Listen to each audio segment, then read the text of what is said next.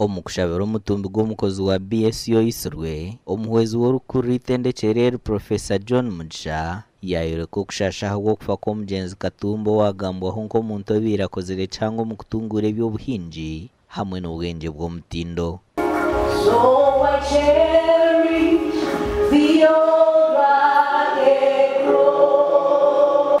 Omuntu bwe obuturebere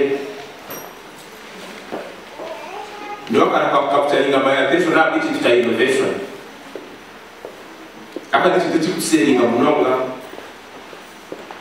kana manya passion yagira ile ya explaining a product sise tinagambire Katumba ngo akore byari gukora mu birere n'ugo mu buryo umuhereza umuntu no mwenu abanabo naguma nabo. Dr. Mugenyi nagira ngo abe yo kwerinda bine kongera kuma abantu ubwo ari kugira ngo abinazine beyongera. But what does not perish is your soul.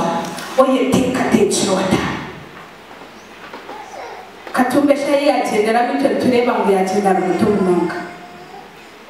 For God, anyone living, even if you're in your mother's stomach, you're ready to go.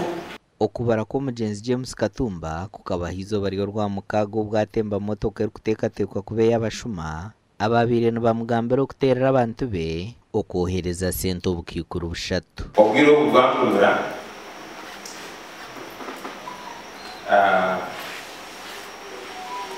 kandi okumikwa kwanje kwakuyongera with time natwa by the spirit kwakayongera.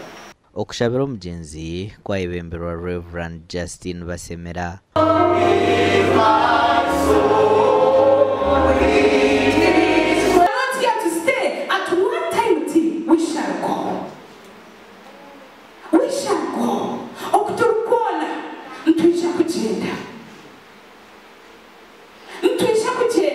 Ogu aferira ha myaka 35 y'obukuru. Amakuru aga gashakwa Ali Waswa.